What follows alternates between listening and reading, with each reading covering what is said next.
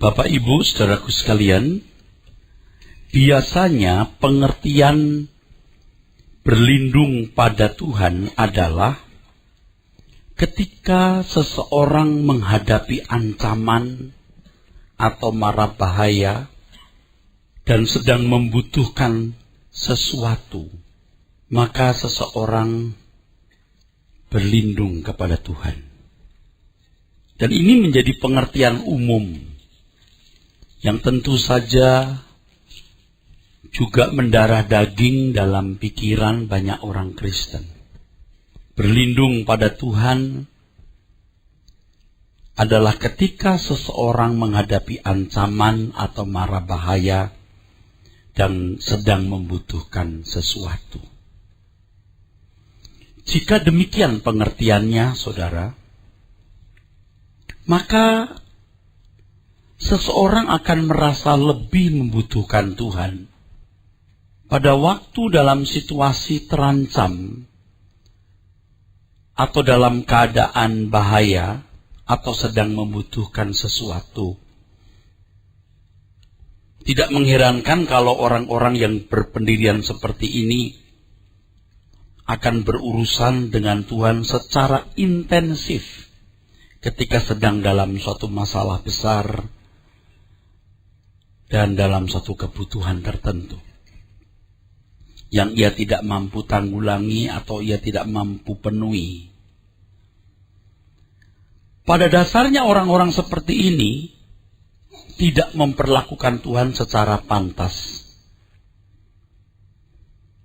Sikap seperti ini sebenarnya sikap orang-orang yang memperlakukan pohon beringin keramat yang dikunjungi ketika bermasalah, atau hanya dikunjungi ketika bermasalah atau membutuhkan sesuatu. Inilah hubungan yang dilandasi asas manfaat. Tidak sedikit orang-orang Kristen yang memperlakukan Tuhan seperti ini, tetapi menganggap hal itu sah-sah saja. Hal itu dianggap benar. Karena mereka pikir Allah memang maunya demikian. Pola seperti ini kita temui di banyak agama dan kepercayaan, khususnya pada relasi antara seorang dengan kuasa supranatural. Dan irama jiwa seperti ini, pemahaman seperti ini, konsep seperti ini sangat kuat mencengkeram banyak orang Kristen. Masih sangat kuat mencengkeram banyak orang Kristen. Dan tentu saja kalau saudara-saudara masih memiliki cara berpikir demikian ini, berarti saudara memang belum dewasa dan tidak mengerti kebenaran. Sebab kalau seseorang mengerti kebenaran, ia tidak akan memperlakukan Tuhan demikian. Jadi, saudaraku, untuk dapat memperlakukan Tuhan secara pantas dan benar, memang seseorang harus mengenal kebenaran. Tidak bisa tidak. Sebab kalau tidak, maka Tuhan diperlakukan seperti pohon beringin keramat yang tadi saya singgung. Dan kebodohan ini juga dipicu oleh ajaran banyak mimbar yang mempromosikan Allah secara keliru.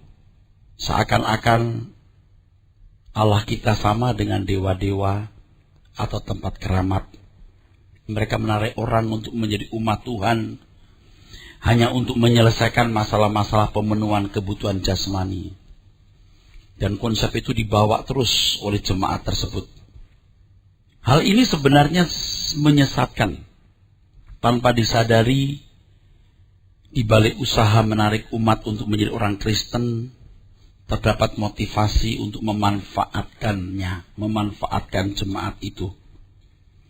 Kalau kita memperhatikan penginjilan yang murni dari Tuhan Yesus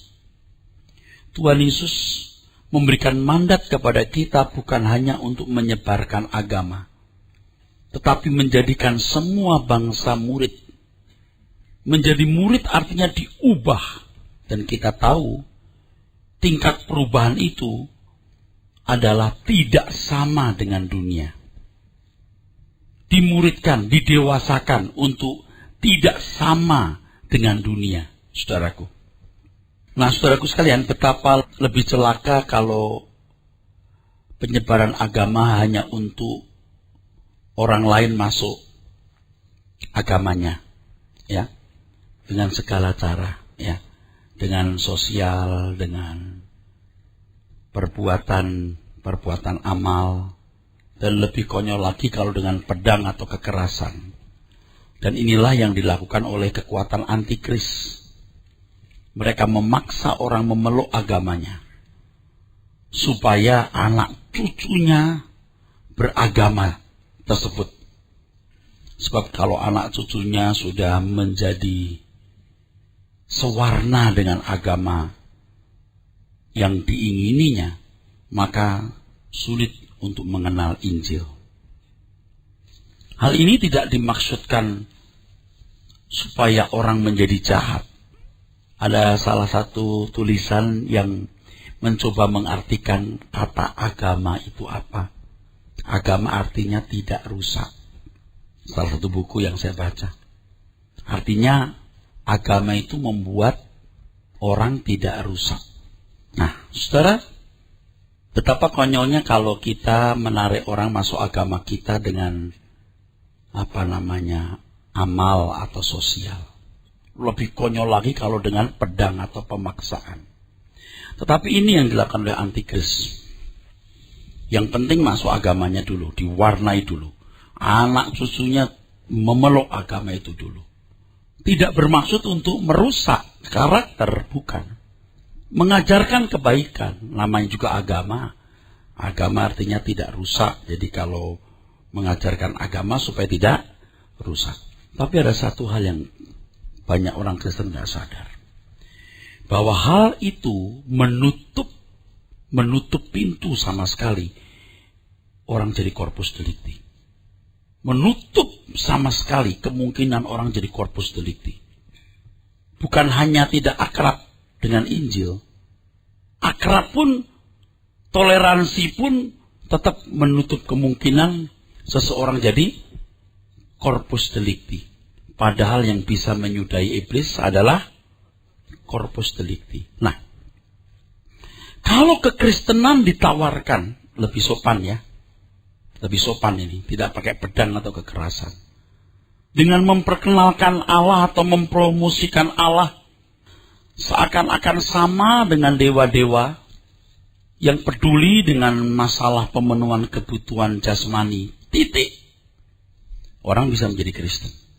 Tetapi kalau cara berpikir ini dibawa terus, dia tidak berubah dewasa, kekristennya pun tidak berarti banyak, sebab dia tidak pernah menjadi corpus delicti. Saudara mengerti maksud saya? Jadi berlindung kepada Tuhan itu bukan hanya pada waktu ada ancaman, ya, mestinya. Nanti saya jelaskan. Pada umumnya orang berpikir bahwa bila ada masalah, ada ancaman, ada mara bahaya, ada kebutuhan yang sulit dipenuhi dengan kekuatan manusia, maka orang berurusan dengan Tuhan. Nah, orang-orang seperti ini biasanya akan lebih merasa perlu. Akan merasa lebih membutuhkan berperkara dengan Tuhan pada waktu ada dalam masalah. Ini sikap seperti terhadap pohon beringin yang keramat itu, saudaraku. Dan hal ini dianggap sah-sah saja oleh banyak orang Kristen, saudaraku. Orang Kristen yang dewasa tidak demikian. Yang gimana itu? Ikuti terus, ya. Nah, kebodohan ini juga dipicu oleh ajaran banyak mimbar Kristen maksud saya, yang mempromosikan Allah seperti itu. Yang akhirnya kebawa terus dalam hidup kekristenannya sampai tua. Nah, orang-orang seperti ini tidak akan pernah menjadi corpus delicti. Lalu tadi saya bandingkan dengan kekuatan antikris yang memaksa orang memeluk agamanya. Itu juga mengunci, gagal menjadi corpus delicti. Kunci dulu. Makanya jangan heran kalau pendekatan atau approach terhadap orang-orang kafir itu sangat toleransi gitu. Kalau kekristenan kan tidak. Begitu masuk Kristen, bakar itu dewa-dewanya, ya kan? Nggak boleh begitu. Beda dengan kekuatan antikris. Dia adjust adjustnya hebat, penyesuaiannya hebat. Ya bolehlah bakar kemenyan, ya kan? Yang penting you jangan memeluk yang lain, memeluk ini. Itu dikunci di situ, saudara. Tidak membuat orang jadi rusak, enggak.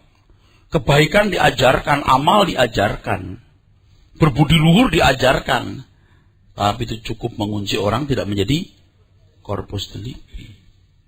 Saya bandingkan lalu apa bedanya dengan orang Kristen yang mengajarkan Allah seperti dewa-dewa lain itu. Apa bedanya? Ya memang ada bedanya karena memeluk agama Kristen.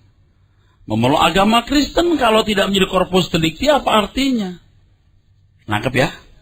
Apa yang saya katakan semua itu juga runtut, ada hubungannya. Karenanya saya tulis dengan teliti di sini. Kalau cara mengandalkan Tuhan keliru, maka sebagai akibatnya seseorang tidak akan dapat menempatkan diri secara benar di hadapan Tuhan sebagai umat. Sebagai umat yang harus menjunjung tinggi Allah. Seharusnya mekanisme yang harus dipahami dalam relasi dengan Allah, bahwa Allah adalah junjungan yang baginya segala hormat, penyembahan, dan pengabdian seluruh kehidupan diberikan.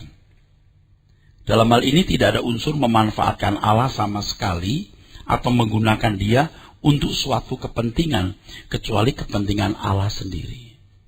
Oke, saya mulai masuk ke hal yang agak rumit. Walaupun terkesan saya sudah menyampaikan berkali-kali, tidak mungkin khotbah saya sama. Tidak mungkin. Ya. Kalaupun kata sama, pasti ada penambahan.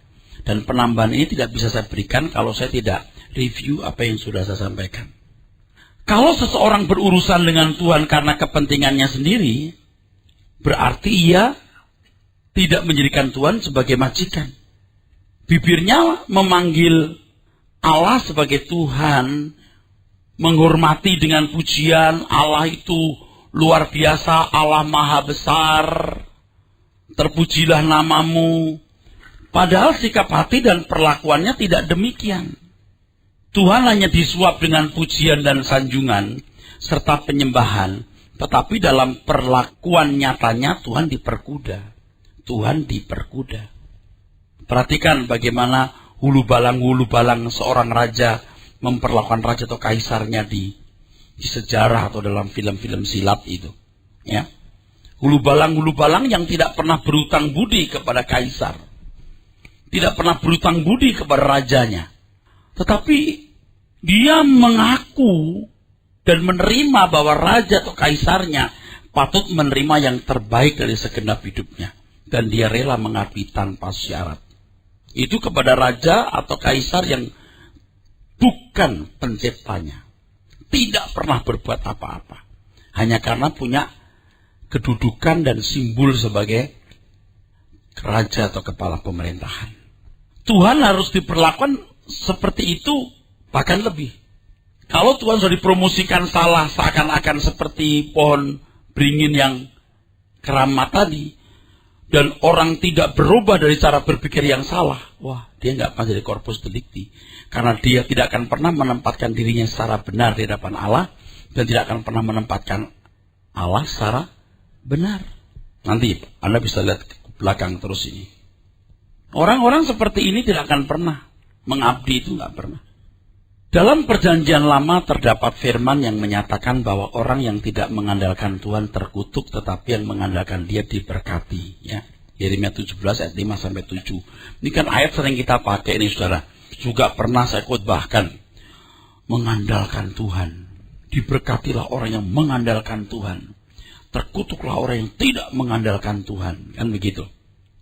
Tentu terkutuk di sini dalam konteks perjanjian lama didisiplin secara fisik, ditawan musuh, ya, tidak menghasilkan panen yang baik, kena tulah penyakit, begitu, saudara. Tapi diberkati tentu artinya berjaya negerinya, panennya limpah, ya, tidak kena tulah, begitu kan? Teks ini harus dipahami secara tepat dan cerdas dengan dihubungkan dengan konteks zaman pada waktu itu. Pada waktu itu Yehuda diambang kehancuran karena menghadapi kekuatan Babel sekitar abad ke-6 sebelum Masehi. Bangsa Israel yang tidak mau hidup sesuai dengan Taurat akan menghadapi hukuman Allah. Dan Yeremia menjadi juru bicara Tuhan yang mengancam bangsa itu. Sementara nabi-nabi palsu menubuatkan hal-hal yang baik. Bahwa Yehuda tidak mungkin ditawan, Allah menyertai mereka, dan seterusnya. Tapi Yeremia kebalikannya. Mereka bermaksud mencari pertolongan dari bangsa lain, Yehuda, dari Mesir. Tapi akhirnya pertolongan belum datang, Yehuda sudah jatuh di tangan Babel. Yehuda, orang Israel, Yehuda ini Israel Selatan ya, yang diperintah oleh anak-anak Daud ya. Seharusnya Yehuda itu bertobat, taat kepada Yahweh, dan bergantung pada kekuatan Allah Yahweh. Tapi ternyata mereka memilih tidak taat. Sehingga akhirnya mereka dihukum, saudaraku sekalian. Nah, dulu kan kita begitu mudah menggunakan Yeremia 17 ayat 5-7. Sekarang kita akan lihat dengan kacamata lain. Dan terus terang, saya baru kali ini juga melihat Yeremia 17 dengan kacamata yang berbeda. Pada waktu itu Yehuda diambang kehancuran, jadi mereka harus taat kepada Taurat dan bergantung kepada Allah. Tapi tidak, akhirnya mereka dikalahkan oleh musuh, ditawan oleh musuh dan dibuang. Teks ini tidak bisa dikenakan bagi orang percaya yang sudah mulai dewasa. Konteks zaman Yehuda sangat berbeda dengan zaman kita hari ini. Orang Kristen yang dewasa sudah barang tentu tidak akan pergi ke dukun. Ya tentu enggak. Sudah tidak akan pergi ke kuasa lain, jelas tidak. Orang percaya yang sudah dewasa tidak lagi melindungi hidupnya di dunia untuk kesenangannya, tapi menyerahkan segenap hidupnya dan kenyamanannya untuk kepentingan Tuhan. Ini yang disebut kehilangan nyawa. Anda bisa bayangkan ketika masa aniaya atau di wilayah di mana kekristenan dihambat. Orang berlindung kepada Tuhan, mati juga, saudara. Dipancung juga kepalanya. Hartanya dirampas juga, dibakar juga rumahnya. Di mana letak perlindungan Tuhan di situ? Di mana letak perlindungan Tuhan di situ? Diberkati orang-orang yang mengandalkan Tuhan, malah mati. Biasanya kan ayat ini begitu dipungut lalu dikhotbahkan. Firman Tuhan mengatakan, mengandalkan Tuhan diberkati. Artinya diberkati itu, ya usahanya bagus. Betul nggak? Jauh dari sakit penyakit. Nggak ada masalah. Kenapa kamu begini? Karena kamu nggak mengandalkan Tuhan. Kenapa kamu jatuh miskin? Karena nggak mengandalkan Tuhan. Kenapa saya begini? Karena nggak mengandalkan Tuhan. Lalu mesti mengandalkan Tuhan? Iya. Gimana mengandalkan Tuhan itu? Ke gereja. Betul nggak? Memuji menyembah Tuhan. Kan begitu. Jawabnya kan ringkasnya begitu. Nah, kan saya ngomong ini. Begitulah yang dipahami orang-orang Kristen pada umumnya. Saudara, itu keliru. Ini nggak tepat. Nggak tepat, saudaraku sekalian. Ya. Lalu, ya diajar satu pengajaran yang mengesankan demikian.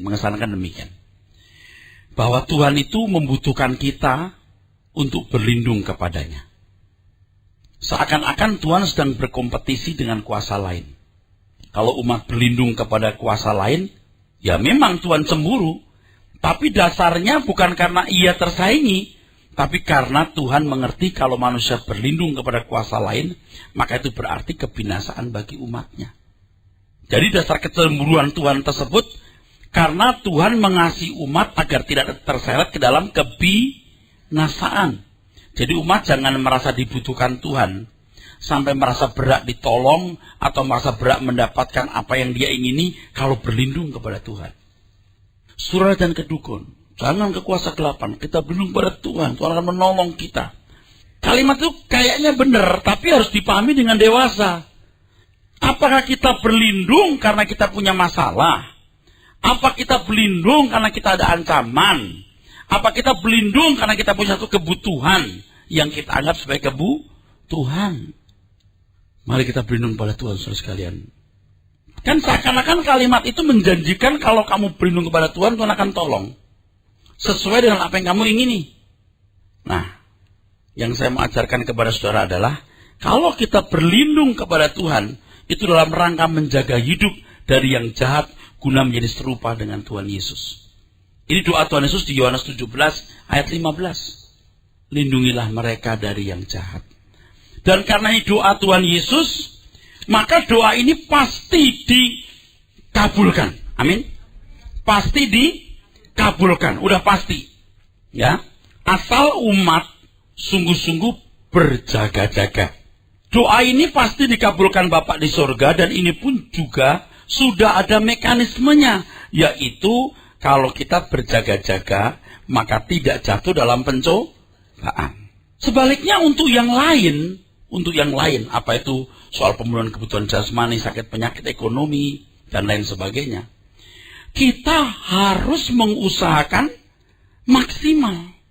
Tidak perlu minta pertolongan Tuhan dalam arti seakan-akan harus berharap pertolongan dan perlindungannya baru dilindungi. Sebab hidup kita milik Tuhan. Tubuh kita milik Tuhan. Bisnis kita milik Tuhan. Usaha kita milik Tuhan.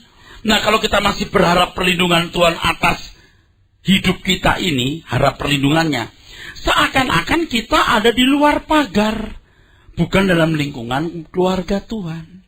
Jadi kalau kita minta perlindungan Tuhan itu, saudara-saudaraku sekalian, itu bukan dalam rangka kita punya masalah apa. Masalah itu mendewasakan. Masalah itu pasti mendewasakan. Hadapi masalah itu dan temukan apa kehendak Tuhan di balik masalah itu. Amin. Kalau kita punya kebutuhan, berjuang untuk memenuhi kebutuhan itu. Kerja keras. Jaga pola makan yang baik. Jaga gaya hidup yang baik. Pola hidup yang baik. Pola makan yang baik. Jagai. Di luar kemampuan kita, kita kembalikan ke Tuhan. Toh, tubuh kita milik Tuhan. Hidup kita milik Tuhan. Keluarga kita milik Tuhan. Everything we have belongs to Him. Nah, sekarang orang diarahkan, mari kita berlindung kepada Tuhan. Kamu pasti dilindungi, bro. Pasti. Fokusmu itu berlindung dari yang jahat. Itu pun juga ada mekanismenya, berjaga-jaga supaya jangan jatuh dalam pencobaan. Caranya apa? Tentu Anda harus memenuhi pikiran dengan kebenaran firman, hidup dalam persekutuan dengan Tuhan, yang semua itu akan menggiring Anda terus menjadi orang-orang yang berkenan kepada Tuhan, sempurna, lalu masuk kerajaannya. Masalah pun jadi berkat. Masih nggak tahu? Makin nangkep. Jadi Yeremia 17 ayat 5-7 harus dipahami dengan kacamata perjanjian baru, kacamata yang cerdas. Terkutuklah orang yang mengandalkan manusia, yang mengandalkan kekuatannya sendiri, yang hatinya menjauh daripadaku. Ya iyalah, orang Yehuda waktu itu tidak taat kepada Taurat, mulai menyembah dewa-dewa, meminta pertolongan dari Mesir di sejarahnya. Baca nanti buku sejarah. Yeremia mengancam, kamu akan dihukum kalau tidak bertobat. Terkutuklah orang yang tidak mengandalkan Tuhan. Artinya ditawan musuh, tidak punya makan minum cukup. Nah, orang Kristen yang teraniaya, makan minum kurang, dianiaya. Apa terkutuk? Kan enggak. Justru karena taat dia begitu. Different kan, saudara? Amin? Beda kan? Beda. Kalau kita berlindung pada Tuhan, hal itu dalam rangka menjaga hidup dari yang jahat, guna menjadi serupa dengan Tuhan Yesus. Ini yang harus diperjuangkan. Lebih dari memperjuangkan makan minum. Makan minum diperjuangkan. Jangan, kalau kita kerja 5 jam, hasilnya A. Untuk mencapai tingkat A, kalau orang kafir 10 jam. Enggak begitu. Kalau Tuhan begitu, Tuhan jahat, merusak mental kita.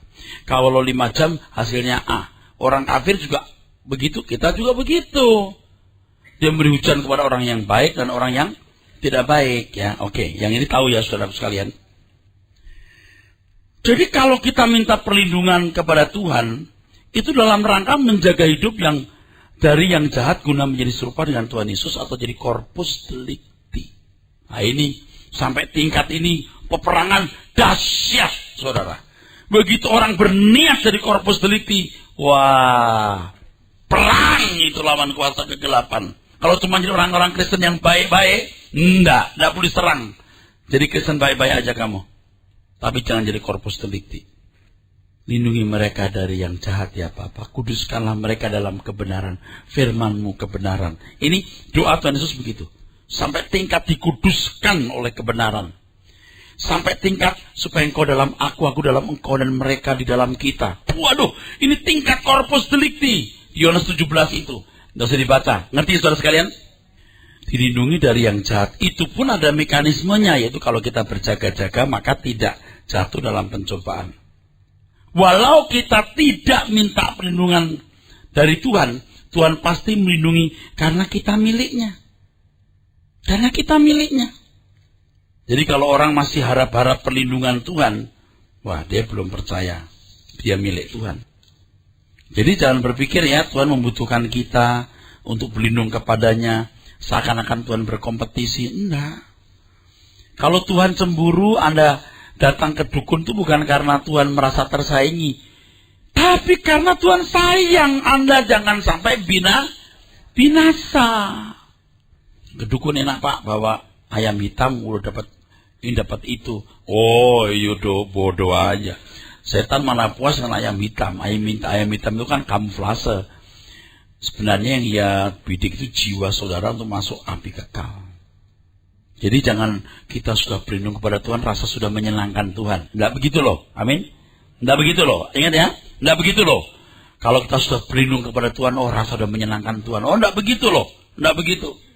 Anda menyenangkan Tuhan kalau Anda berlindung dari yang jahat dan terus diproses dari korpus deliktinya.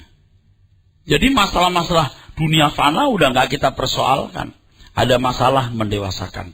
Ada kebutuhan kerja keras. Aku sakit, aku lebih berani untuk merubah pola makan, pola hidup yang baik, menyelesaikan dengan tanggung jawab. Sebab apa yang telah kutabur harus kutuai. Dewasa. Dan proses itu menguasai diri, menguasai makan, punya pola hidup yang baik, belajar olahraga, tertib hidup, itu mendewasakan karakter juga.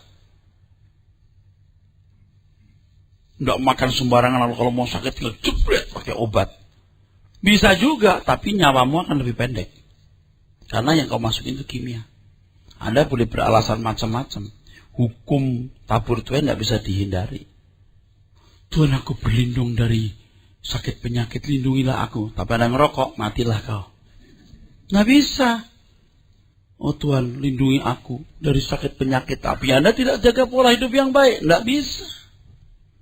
Ketika seseorang ditebus oleh Tuhan Yesus dan menyerahkan diri dan mengakui bahwa segenap hidupnya milik Tuhan, maka ia tidak perlu berharap pertolongan Tuhan, tetapi yang dilakukan menjaga miliknya Tuhan itu. Ketika kita menerima penebusan oleh darah Tuhan Yesus, kita ditebus, kita jadi miliknya, maka kita tidak perlu berharap pertolongan Tuhan atas pemenuhan kebutuhan jasmani ini. Yang kita lakukan, kita bertanggung jawab atas milik Tuhan ini. Ya kerja, ya bisnis, ya jaga kesehatan. Itu pengabdian. Seseorang yang menghayati kehidupan seperti ini, dengan sendirinya bebas dari ketakutan dan cemas. Mau mati, mau hidup, Tuhan yang punya. Tapi tolong jaga ya, supaya nggak cepat-cepat mati. Dirinya sebagai milik Tuhan, pasti dilindungi oleh Tuhan. Keraguan-raguan terhadap pemeliharaan Tuhan ini sama dengan mencobai Tuhan Allah. Matius 4 ayat yang ke-7. Ketika Tuhan Yesus diminta untuk menjatuhkan diri dari atap bait Allah, Tuhan Yesus berkata, jangan mencobai Tuhan Allahmu. Seandainya aku jatuh, Allah pasti menopang aku. Yohanes pasal 6, ketika orang mau rame-rame membuang Yesus ke jurang, Yesus pergi. Tapi ketika tiba saatnya dia harus mati, dia serahkan dirinya sama Getsemani. Ada saat di mana dia harus menghindarkan diri. Ada saat di mana dia harus menerima. Kalau masih berharap perlindungan Tuhan, berarti ia masih memiliki diri sendiri. Atau ia masih memiliki kepentingan-kepentingan pribadi atas hidupnya. Ia juga tidak percaya bahwa Tuhan setia terhadap miliknya sendiri. Yaitu hidup kita yang ditebus oleh Dia. Kalau kita masih harap perlindungan Tuhan, oh aku berharap perlindunganmu, you masih tidak menghayati bahwa hidupmu milik Tuhan. Engkau pasti dilindungi Tuhan. Masalahnya engkau melindungi dirimu sendiri enggak?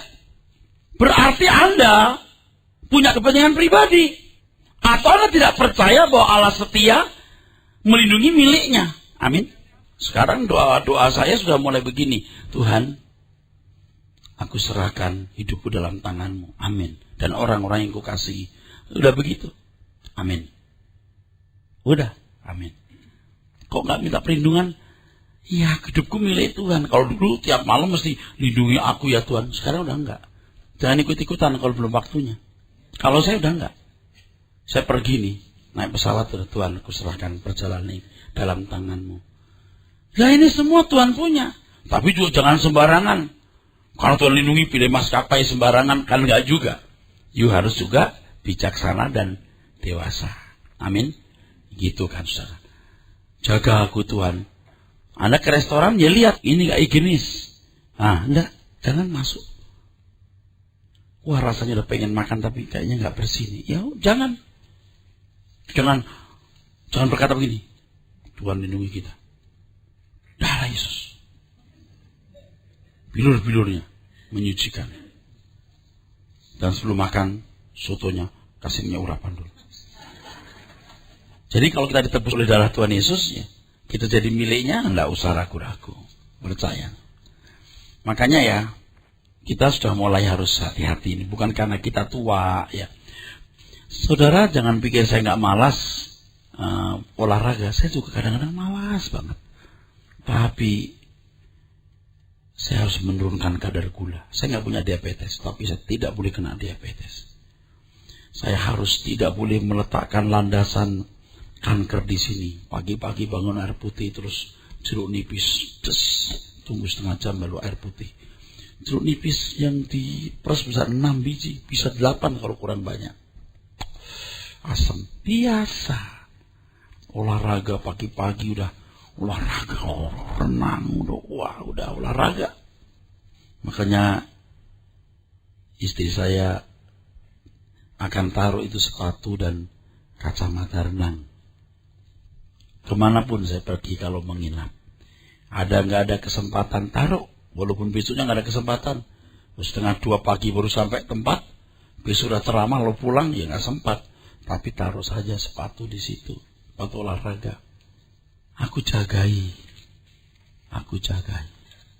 Ada acara bagus di TV gitu. Waduh rasanya nggak pengen tidur di bagus nih. Tapi kalau kurang tidur bisa bahaya besok. Matikan, aku harus tidur. Jaga. Ini penting untuk pekerjaannya. Jadi nggak perlu mengandalkan Tuhan. Karena Tuhan sudah bisa diandalkan. Nggak usah berharap mengandalkan Tuhan. Nggak perlu. Dia memiliki hidup kita. Dia memiliki kita. Aku mengandalkan Tuhan. Dalam konteks ini, kenapa mesti begitu? Supaya aku dilindungi dia. Oh, nggak perlu. Dia pasti lindungi aku. Dia lebih dari bisa diandalkan. Karena dia memiliki hidupku. Dia akan bertanggung jawab atas diriku.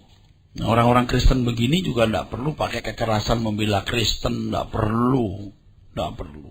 Kalau sampai kita dengan kekerasan membela Kristen bawa pentungan golok itu, ketahuan kita itu melecehkan Tuhan kita. Seakan-akan Tuhan kita itu tidak berdaya. Coba aja. Lawan kalau bisa. Tunggu tanggal mainnya. Saya teruskan. Kalau kita mengandalkan Tuhan. Kenapa? Sebab memang Dia adalah kehidupan kita. Kebutuhan jiwaku, kebutuhan batinku. Itu yang tidak bisa diisi oleh apapun dan siapapun. Nah di situ baru letaknya kita mengandalkan Tuhan. Tanpa Dia kita tidak memiliki kehidupan. Kalau Anda punya mobil ya solar, kalau di daerah itu sekarang antrinya bisa 1 kilometer. Nah main-main 1 kilometer bener loh. Ya, kelangkaan bahan bakar di daerah itu 1 kilometer bener, bukan lebay ini. Truk. Waduh, apalagi kalau di daerah tambang itu. Wah. Karena solar itu kehidupan. Kalau kita mengandalkan Tuhan, karena Dia kehidupanku Tuhan. Kehidupanku engkau. Bukan karena aku bisa sakit, aku bisa miskin, ada bahaya. Aku hidupnya, aku pasti dilindungi. Amin. Sekarang kalau aku mengandalkan engkau karena engkau hidupku. Aku tidak bisa hidup tanpa engkau Tuhan. Nah, cita rasa sampai di sini itu tidak banyak orang nyampe. Karena apa?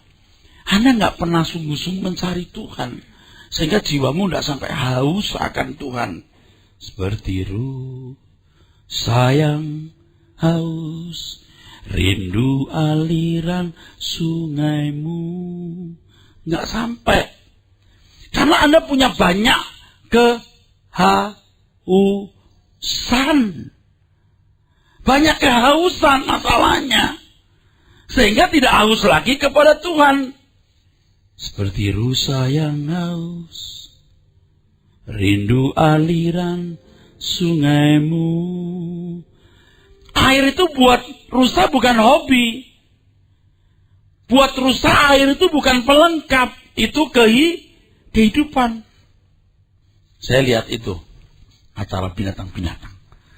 Itu kalau musim kemarau, wah itu buat rusa kasihan. Dia memaksa diri untuk minum. Padahal sungai itu banyak buaya. Wah itu masalah. Dia berdiri jauh-jauh masih ada buaya gitu. Berdiri terus. Karena ada air itu. Itu ada buaya. Sampai akhirnya maksa diri karena kehausan. Dimakan buaya. Tragis ya. Nggak bisa nggak minum. Terpaksa harus minum. Akhirnya dimakan buaya. Jadi kita harus mengatakan bahwa tanpa dia kita tidak bisa hidup. Aku mengandalkan Engkau Tuhan. Pasalnya adalah karena aku tidak bisa hidup tanpa Engkau. Jadi kita bisa ngerti kan betapa cemburunya hati Tuhan tatkala umat berurusan dengan yang lain. Atau Tuhan cemburu atau bisa sakit hati juga ketika kita berurusan dengan Tuhan karena kita tidak bisa hidup tanpa fasilitas dunia. Karena diajarin begitu. Tuhan seperti apa tadi? Pohon beringin yang keramat. Di awalnya diajarin begitu. Kebawa terus. Aku tidak bisa hidup tanpa Engkau Tuhan. Karena banyak ancaman, banyak bahaya. Nah, salah di situ. Di situ keliru. Nah, kalau orang berkata, aku butuh Engkau Tuhan karena Engkau kehidupanku. Dia akan berusaha menyenangkan Tuhan. Dia akan berusaha mengerti kehendak Tuhan. Disitulah proses corpus delicti bisa terbangun. Nyambung kan? Nyambung. Dari awal sampai sekarang pasti nyambung. Walaupun awal-awal tadi, saudara gini. Tuhan tidak menuntut uang saudara. Tetapi Tuhan mengendaki agar segenap hidup kita diserahkan kepadanya. Menyerahkan hati, menyerahkan gairah, menyerahkan spirit. Itu yang Tuhan kehendaki. Sekarang ya, kalau pemazmur saja bisa bicara begini. Mazmur 73 bro. Dari ayat 25 bro. Dari 24 ya. Dengan nasihatmu engkau menuntun aku, dan kemudian engkau mengangkat aku ke dalam kemuliaan. Dengan nasihatmu artinya engkau memberi aku pengertian, understanding, kebenaran. Ingat, orang yang tidak memiliki kebenaran, ia tidak akan bisa menempatkan diri secara benar di hadapan. Jadi tidak heran kan kalau orang nggak mengerti kebenaran lalu mempromosikan Allah seakan-akan sama dengan Allah-Allah lain. Seperti yang saya dengar kemarin dari salah seorang sahabat yang menyaksikan acara di TV. Seorang Kristen yang berkata, Tuhan Yesus selalu menjawab doa-doa saya. Semua keinginan saya dipenuhi. Itu bukan Yesus yang mana dulu. Kecuali memang kamu kanak-kanak yang mau dipuaskan. Tuhan nggak begitu. Tuh, ingat ya. Iblis memberi yang kau minta. Tuhan memberi apa yang terbaik. Pilih mana? Kita dikasih yang terbaik menurut Tuhan. Kok begini sih Tuhan? Enggak ya. Amin saudara. Bukan Tuhan enggak begitu. Karena enggak ngerti kebenaran dia. Dia enggak ngerti kebenaran. Allah memberi yang baik. Mintalah. Maksudnya itu apa? Kau minta yang baik. Baik menurut siapa? Nah di sini kan orang mesti ngerti kebenaran. Engkau menasehati aku. Terus? Siapa gerangan ada padaku di surga selain engkau? Ya. Selain engkau tidak ada yang kuingini di bumi. Ini kan bukan ngomong kosong bro. Yang ngomong ini juga seorang penguasa. Ya. Bukan karena gagal hidup. Saya sih belum sempurna saudara. Saya sih belum sempurna ya. Nggak munafik lah. Saya juga belum sempurna. saya mengerti apa artinya kalimat ini. Saya mengerti. Bukan karena saya tulis lagu ini. Waktu saya tulis lagu ini saya belum sedewasa hari ini. Tapi sekarang saya mulai ngerti. Yang ku ingini engkau saja. Saya baru ngerti sekarang. Tinggal dalam kehendak rencanamu. Hebat sekali loh saudara, kalau kita bisa punya kecintaan kepada Tuhan, kerinduan akan Tuhan seperti ini. Aku mengandalkan Engkau Tuhan, karena Engkau lah yang bisa mengisi hidupku. Itu bukan karena ancaman bahaya, aku bisa sakit, aku punya persoalan ekonomi. Jadi meleset saudaraku. Amin. Nah kalau dulu kita begitu ya udahlah, sama-sama dulu kita juga begitu. Sekarang kita akan dientaskan dari kebodohan, kita masuk ke dalam kedewasaan rohani. Aku bisa hidup tanpa siapa-siapa, tanpa apa-apa, tapi aku tidak bisa hidup tanpa Engkau Tuhan. Aku butuh Engkau karena aku tidak punya kekasih lain. Engkau kekasihku Tuhan. Aku takut, aku melihat kanan kiri, apalagi menoleh ke belakang dan punya kekasih lain. Aku takut Tuhan. Lindungi aku Tuhan. Nah itu baru aku mengandalkan Engkau, karena Engkau lah air hidupku. Baru benar itu. Kalau soal makan minum cari duit, gua kerja keras, gua jaga kesehatan untuk Tuhan gitu. Karena tubuhku baitnya. Ini nggak bisa dibakar oleh emosi sesaat, tuh nggak bisa. Harus dikobarkan lewat sebuah perjalanan hidup, merubah cara berpikir. Harus lewat sebuah perjalanan hidup, cara berpikir yang diubah. Tadi saya sudah mengatakan kalau Anda punya pemahaman salah tentang Tuhan, Anda pasti menempatkan diri salah juga. Yang tadi itu soal mengandalkan Tuhan, salah kan selama ini? Salah, itu keliru. Termasuk saya keliru. Dulu kita ngambil Yeremia 17 itu, khotbahnya kayak orang-orang itu, andalkan Tuhan. Kamu sih gara-gara gak mengandalkan Tuhan jadi begini. Lindungi aku Tuhan. Jangan sampai aku kanan kiri atau menoleh ke belakang. Aku berlindung padamu. Itu. Lindungi mereka dari yang jahat. Pasti Bapak kabulkan. Tapi ada mekanismenya. You harus berjaga-jaga dan berdoa. Supaya jangan jatuh dalam pencobaan. Jadi perlindungan Tuhan itu dari yang jahat itu yang penting. Tapi ada mekanismenya. Harus berjaga-jaga dan berdoa.